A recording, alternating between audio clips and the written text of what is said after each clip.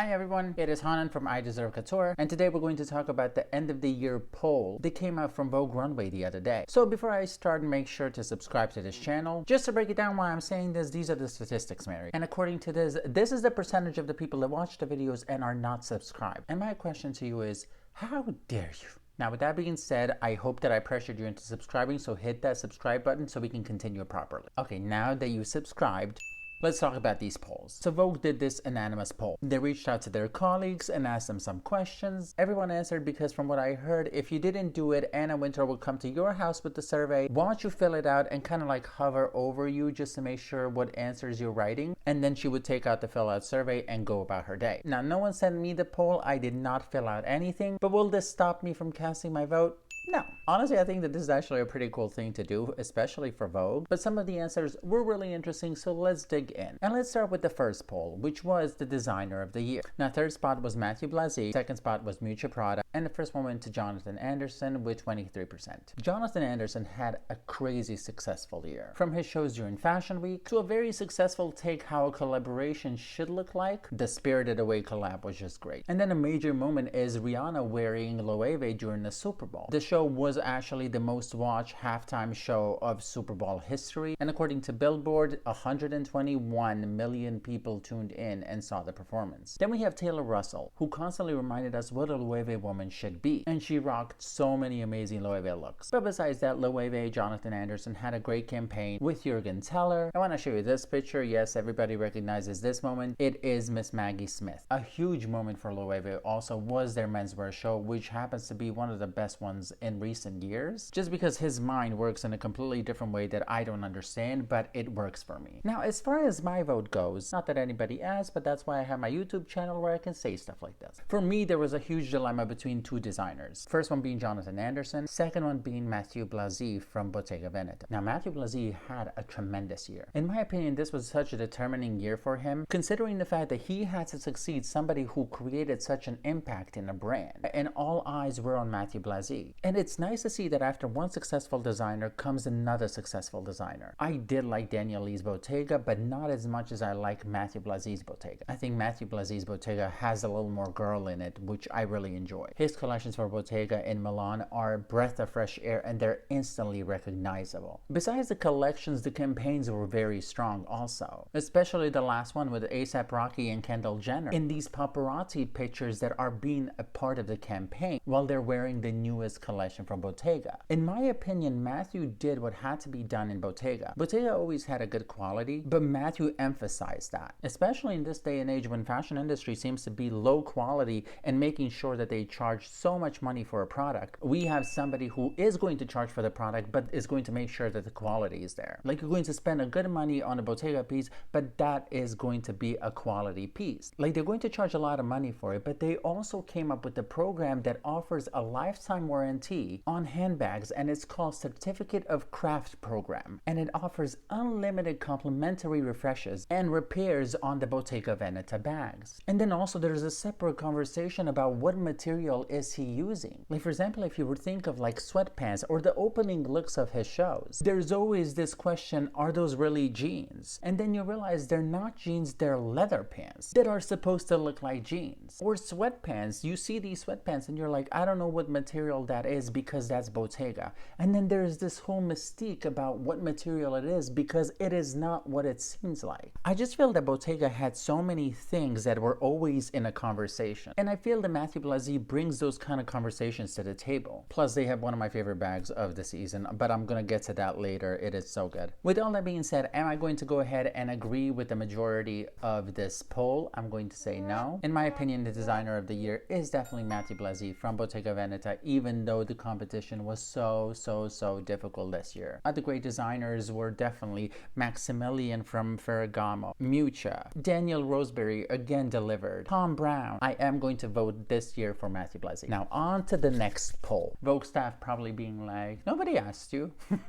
Nah, they're nice. Now for the next one is the big question, what was the best collection of the season? I hate this question and I love this question. Now number 3 went to Loewe Menswear. Miu Miu Fall 2023 came in second. And the best collection according to this poll is the Prada collection from spring 2024. And Prada had an amazing collection. Like, this is a type of a collection that I expect from Prada. And in the last couple of seasons, she's just been giving out great stuff. I always say she, like she's the only one. I have to get used to the fact that Raf is there. But for me, Prada is always her. I'm sorry. The collection was very strong on the silhouette, the fringe effect on shirts or on skirts, and these unforgettable floating dresses. I had the honor of seeing this collection in person, and I can tell you, these pictures don't do justice to this collection, especially when it comes to the floating dresses. So I do see why the majority of people did answer Prada, and this collection reminds us why Prada is that girl. Now for me, it's difficult to decide on this category because I've seen a lot of collections, and I'm sure you have also. There's 2 collections that I would mention because these 2 were definitely my highlight of the year. The first collection literally left me speechless, and I have to mention it because it's the Palomo Spain collection. The way the Palomo Spain went in was just brilliant. The show was held in Plaza, and in my opinion, it was his best show to date. The flowers, the lace, the denim, the middle finger to gender, the leather looks, the gay influence, the huge chunky jewelry. I literally said that after the leather looks, gay influence, and chunky jewelry. I'm like, I can see me. But this collection had a great mix of being unapologetic and in your face, but beautiful in every possible way. So when the show ended, me and my friend, we went out, and he made a great point. He said, you don't come to Plaza to show a bad collection. You come to Plaza when you know you have a good collection. And he was right. This one is for the books in my opinion. Now, I would love to vote for Palomo Spain, but I'm on the fence because of one more collection. And this collection literally stole my heart, and it may come out of nowhere. And it's probably the best collection that this brand had ever. And it's Marni Fall 2023, which happened in Tokyo. Every look from this collection, I wanted to wear. And that does not happen very often. Geometry, polka dots, colors, silhouettes. This collection had everything that I love about fashion. If the geometry was not there, the silhouette was. If the silhouette was not there, polka dots were. If polka dots were not there, color was. You always had something to look for, and this is what is great about this collection. Also, one of the reasons why I probably like this collection so much is because it reminds me of Marc Jacobs Fall 2011, which happens to be one of my favorite shows of all times because it's one of the first shows that I was literally obsessed with. That's how it felt, and the whole presentation, the whole setup, the whole set was so damn good. Now, with all that being said, my vote is not going to go to Prada. Unfortunately, it's not going to go to Palomo Spain, even though I love that collection so much. My vote definitely goes to Marni. Next poll was the most underrated design. Now, this is a difficult one. According to the poll, the most underrated designer currently is Martine Rose. But let me say this, I think that this poll tells you that everyone had a different answer. Do I think that Martine Rose is underrated? Not necessarily, to be honest. I think we're all aware of Martine Rose and how brilliant she is. We know how talented she is and what she can bring to the table, and Martine Rose has the potential to have an extremely successful career. People love her for her work, but they also love her for her work at Balenciaga. Now, my vote for the most underrated designer goes to somebody who's actually not that famous yet, but has amazing potential for it. And I'm probably going to butcher his name, but it's Tai Hui from Vietnam. And you may heard about him because Jordan Dunn wore his starfish dress to the fashion awards not so long ago. Again, he's not as popular as I would want him to be, but the vision that he has in his clothes is exactly what I love about fashion. I mean, look at his clothes. So I think, in my opinion, the most underrated designer is him currently, just because he has the potential to do amazing things. I did see his collection and I want to see more. On to the next poll. And the next poll is favorite trend of the year. And the winners are Trend Call There Is No More Trends at 7%. Hilarious. I love these people. Quiet Luxury came in second place with 8%. And number 1 was Gender Bending Fashion with 9%.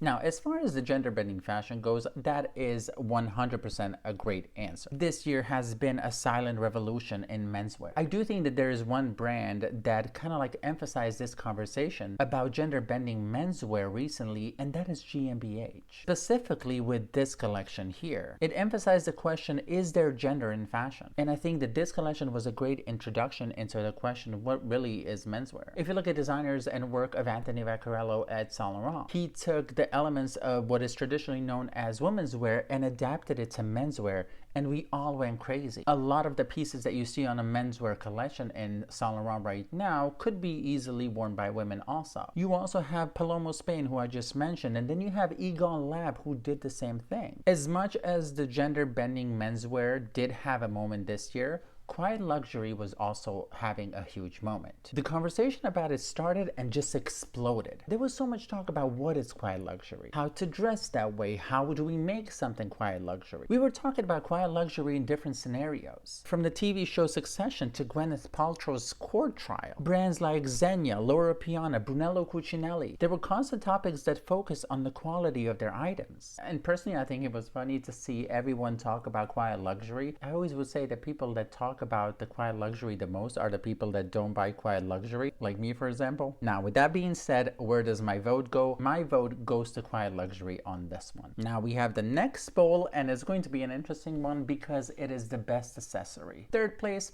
oversized jewelry at 6%. Second spot is actually a tie, nothing in specific. People just said Loewe and Alaya flats at 8%. And according to the people, the best accessory of the year is Bottega Veneta at 14%. I mean, if you know me, you know I love chunky jewelry. Currently, I'm not wearing any because of microphone, and then I make noises, and then people are like, what are you doing with your rings? Shut up! So I completely understand oversized jewelry trend. Now, since I'm in a good mood, I'm going to tell you what my favorite bag of the year is and the favorite shoes in my opinion. Now, this year was a tough one because there were so many beautiful bags and shoes. Off the top of my head, I can name at least 20 because they really were on point. But there's one bag that I always smile when I see. Why? Just because it's spectacular, it's cool, and it's fun, and it's 100% representative of the brand. And I'm going to go ahead and agree with the majority of the people in this poll because it is a Bottega bag, and in specific, it is the Bottega sardine bag, especially the medium version, just because I'm not a huge fan of the small bags. I like to see the bag, I like to carry the bag. If I have to struggle, I will struggle. I'll do it for fashion. But the bag has the signature Bottega weaving technique with the beautiful sardine handle. It really looks like a sculpture, and if you bought this, I envy you so much. It comes with lifelong warranty, as I mentioned before in the video. Definitely the bag of 2023. Now, as far as shoes go, there was a dilemma between two. The first one were from Alaya because Alaya shoes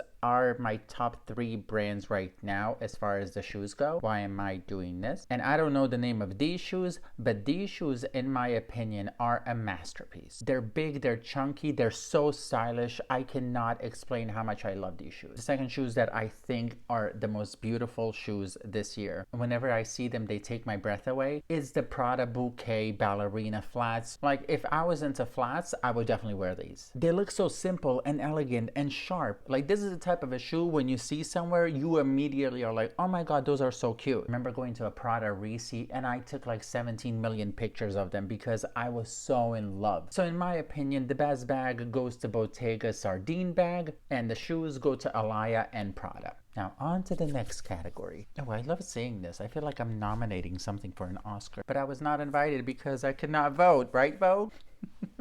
The next category is item you would have liked to buy. Loewe came in third place with 9%, second place was Bottega with 15%, and Prada was first one with 16%. Now I'm going to be a little more specific on the answer and tell you exactly the shoes that I would want to buy. No, it is not the Kiss boots, I will get those soon, but they are shoes with a platform. And it's these leather platform boots from Balmain. First of all, I'm 180 centimeters tall. That is, I think, 5'10" in US. But I don't know why, I wish I was 2 meters tall. Except when I'm on a plane, I'm happy that I'm 180 when I'm on a plane. If it was up to me, if I could learn how to walk on stilts, I would walk on stilts 24/7. Now with these shoes, I would be tall as hell and I could live my Frankenstein fantasy and enjoy these shoes 24/7. Unfortunately, these shoes do not come in my size. They only come in 42 and 43. I am a 44. But in some parallel universe, I'm wearing them and I'm happy. Next category is actually a great category because it's the show you would have liked to see in real life. Third spot is Bottega Veneta with 4%. The second place is a tie between Prada, Margiela, and Louis Vuitton. And the winner is Alexander McQueen with 14%. Now let me break down a couple of them real fast. Bottega shows are always a treat, and from what I know, it's very difficult to get in. They have a very limited seating, but the shows are always damn good. So I completely agree with this pick. Prada, Margiela, and Louis Vuitton 100% valid answers. Prada I 100% 100% agree with. Margiela, I never been to a Margiela show. I don't think that they're particularly big fans of I Deserve Couture. And Alexander McQueen won this category, and I could not agree more. I will give you my top two. For me, the second spot is Mugler, which last season, in my opinion, was mind-blowing. There is no better way to explain that show. And with Versace a couple of seasons ago, it is the show that I'm definitely going to remember for the rest of my life. Why?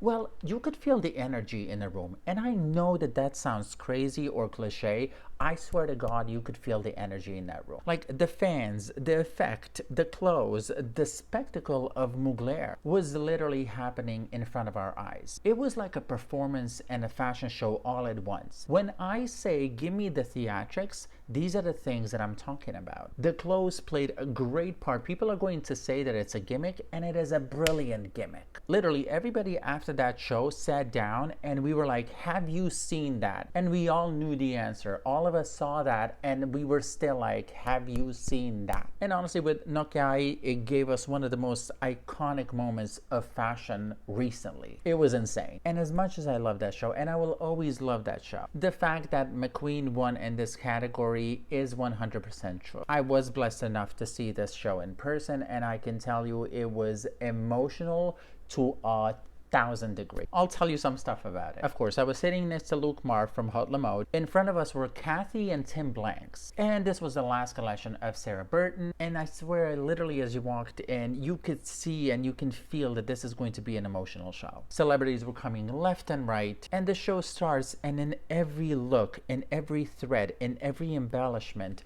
you see Sarah Burton. The show was 100% her. Naomi closed the show, and from what I remember, she was wiping tears as she stepped on the runway. As Naomi Campbell is walking away, you just see an empty runway. And this could just be me because I'm a very emotional person. I'm a Cancer, that says enough. And the whole room just stops. I swear it felt like time stopped. And you can hear like the music in the back, and music was very mellow. Like the way the music was, it was kind of like soak it in because this is the end. And I don't mean just the end of the show. This was her last show. But in some indirect way, the music was telling you that. I know you probably think that I'm crazy. I 100% understand. And it was just like a sad moment because everybody was in this state of what now? Like we're all expecting to see Sarah, and she's super nice person from what I hear. Never caused any trouble, no drama. She's like, hey, let me do my work and I'll show you what I have, and that's it. Like as much as that room was quiet, it was so loud with people's thoughts and my own thoughts, because this is the last link that we have to Alexander McQueen himself. What now? Then the music starts and these models are walking out. And then there is Sarah in jeans and like dark blue shirt. And as she walks out, people just start crying left and right. Like she walks to Tim Blanks, who's in front of me, and he gives her the biggest hug and the biggest kiss, and that was so beautiful to see. Like she walks over to other people, she walks over to Anna Wintour. I don't know, that room was just like pure love and support. And honestly, I never thought that I'm going to experience something like that in the fashion industry, but that was such a beautiful moment. She left McQueen in a way that is very much her, with a great show and with an audience that did nothing but applaud her. So now I'm going to go to the bathroom and cry, and I'll be right back. Now that I'm back. I'm kidding. So the next poll that we have is model with the best walk. Number 3 is Victoria, who I 100% adore, at 8%. Second is Nokiai with 11%. And the first place is a tie between Colin Jones and Naomi Campbell. Now, I have to say a couple of things about this poll. The fact that Maria Carla is not on this list, shooketh, homophobic, disgusted. Like, that is my girl. Like, you cannot be that disrespectful towards her. Also, the list is kind of enjoyable to read because there's not a lot of nepo babies, and that tells you everything that you need to know. Trust me, these are fashion people. They don't think that Kendall Jenner's walk is the best thing ever. Bella Hadid is there, but at this point, Bella Hadid is not even considered to be nepo baby because she works like crazy. Now, if we're going to talk about the walk, we're going to have to talk about the moment. Let me explain. The best walk goes to Colin. The best moment goes to Nokiai. And in my opinion, the tie should be between those two girls. Now, Nokia for Mugler is as strong as Colin for Margiela. As strong as they are very different. Nokia's Mugler moment relies on special effects, on the dress, on the wind machine, while Colin's moment at Margiela relies on her body language and the theatrics. And that's what gets us, because we're missing when the girls were all about the theatrics. Of course, Galliano is at Margiela and he understands how his models should present his clothes, and we're all about these girls selling us this story. Now, the best walk in the show, I think it goes to Colin, because that was it. That was it. That was so good. If there was a category for the best model of the year, though, 100% that goes to Nokia, and no one can tell me otherwise. Next up, we have show with the best soundtrack. Third spot, we have Prada at Spring 2024. Second is Balenciaga, and the first one is Louis Vuitton. Now, this one's tricky because I think that a lot of people that watch fashion shows on YouTube don't realize that in a lot of these cases, the music that you hear on YouTube is not the same music that was at the show. Balenciaga was just hilarious and brilliant and grotesque at the same time. Isabelle was reading on how to create a jacket, but the thing is that in the beginning she was reading like very calm, very nice, but as the show continued she would get frustrated and she would be yelling, and towards the end of the show she was just angry and pissed off reading on how to create a jacket. It was so funny, but it was so on brand. On the other hand, you have Louis Vuitton, and with Pharrell, I mean, the man won so many Grammys at this point. You do expect some good music from him, but the whole joy, joy, joy, joy with the choir, that was actually kind of cool. Now, I never spoke about this, but the soundtracks are something that I always find to be one of the most crucial things about the show. Like, I may not like the Chanel runway, but their soundtracks are always on point, especially their Spring 2022 show, which hands down I can show you is in my phone saved, so whenever I go walking I listen to that soundtrack. Another brand that always has great soundtrack is Carolina Herrera. Okay, super quick sweet story. I go to New York Fashion Week. One of the shows that I'm going to attend is Carolina Herrera. Now, the creative director of Carolina Herrera, his name is Wes Gordon. Really nice guy, has a husband, has a son whose name is Henry. But the thing is that when I was there, he just got a new baby, and her name is Georgia. So when the show happened, it was at the Plaza in New York. And I love when there's a backstory for the choice of the music. So the show starts, and these songs are the popular songs that all of us know. And the last song that it played was Georgia on My Mind. And then the show ends, and I go talk to him, and then he tells me that he just got a baby. I did not know it until that point. And he goes, her name is Georgia. That's the reason why the last song in the show was Georgia on My Mind. Me? Mind blown. And the stuff like that gets to me because, again, Cancer, and I'm like, that is the cutest thing ever. Oh my god, how did you think about that? I'm like embarrassing myself left and right. But that is like such a cute story, and I will remember it always. So if Georgia is watching this in like 18 years, just so you know, your dad did something very nice for you. My dad did not do that for me. Also, another brand that always has good music, and I don't understand how they come up with such a good music, is Michael Kors. Because Michael Kors does this thing where they have these shows in the most coolest places in New York where you can see the whole landscape of New York. You can see the skyline. You can see everything about New York that is like so New York. And on top of it all, they play music that is so New York. Like you feel like you're in an episode of Sex and the City because the show is so New York, the location is so New York, the music is so New York, the moment is so New York. So whenever they tell me, they're like, what is the most quintessential American brand? I'm like, Michael Kors is very New York. That's it. With all that being said, I'm going to cast my vote. The brand that I chose for the best soundtrack of the year is none of the brands that I mentioned before for the previous 3 minutes, because the best soundtrack of the year, hands down, no one can tell me otherwise, goes to Boss. Girl. So during the Milan show, Boss had this AI futuristic show with robots, scientists, the whole 9 yards. And the show starts and the music goes, it's going to be a fine night tonight. I don't know if you know that song, but that song was a huge hit in the early 90s. I think that the name of the band was Opus 3 and it came out in 1992, but the version that was playing on the show, you can actually find on YouTube. And it's by DJ Santana, and if you want to hear This Is the Thumbnail, trust me, when this video ends, go listen to it. You will be amazed. It is such a good song. It is a perfect song for a runway. Next up, we have the most surprising guests in the front row. Now, third was Cher at Balmain with 3%, Brian Cox at Loewe at 12%, and Pamela Anderson at The Row with 17%. Now, what shocks me about this poll is the fact that no one mentioned this person that I'm going to mention. And I am kind of pissed off and offended. Again, Shooketh, homophobic, disgusting. And I'm talking about the fact that no one mentioned the iconic Kim Cattrall at the Belmont show. Now that was unexpected, and that was the gag on itself. Like, I spent half of the show looking at Kim Cattrall, and I'm not ashamed to admit that. And it's like Kim Cattrall, the woman created a new generation of women with one character. And I, as a gay man, I have to applaud that. I'm sorry. If there were any gays that participated in that poll and they did not mention Santa Samantha Joseina de Sexualidad y Ciudad, I'm disappointed. And you can see that I am fluent in my imaginary Spanish.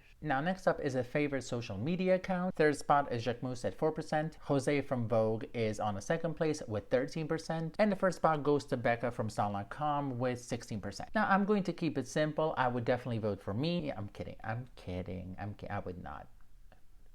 I definitely would. London Girl in NYC, she is my fashion escape. That adult, I love her. But then also there's a couple of accounts that I wish to see, like for example, Chaos Wintour. I love Chaos Wintour. High-end Homo, Fashion Forget. There's a lot of people that I really do think should be on this list. And the last category that I'm going to cover is the Stylist of the Year. Third spot went to Dara, with Carlos came in second spot with 9%, and the first spot went to Loda Volkova with 18%. Now, personally, I enjoy all of their work. Dara made huge waves with Hunter and Troye Sivan. Carlos is so talented, and he styled some of the best shows out there. And Loda is Loda. I don't think that like Loda Volkova needs any introduction or explanation. I think all of us are fans of her work. If I was going to vote in this category, my vote definitely would go to Ib Kamara. I think my admiration for Ib Kamara will never disappear. Like in 20 years, I'm going to be like, Ib Kamara is definitely the best stylist of our time. Because Ib Kamara, in my opinion, does not style clothes, he tells a story. Like every piece of the clothes on the model is there for a reason. And currently he is the creative director of Off-White, and I actually attended his show, which was very good. But again, this man styles with a vision, especially when it comes to his work at Days. And now people will be pissed off at me for saying this, but I 100% stand by this. I think that Ib Kamara's Days is the closest thing that we're going to get to Franca's Vogue Italia covers. They're super well thought of, and they incorporate fashion into the world and what's going on. So for those reasons, my vote for Best Stylist of the Year always will go to Ib Kamara. Now, that said, I think that the polls were very interesting. I wish that they gave you more insight into like specific products. Like for example, when they mentioned Alaya flats, I wish that people answered more in that way, because like when you say the best accessory, they're like Prada. Well, Prada has 1,700 shoes. Now, with that being said, make sure that you like, comment, and subscribe and share it. But I hope you're having an amazing day. Stay amazing, and I'll talk to you soon.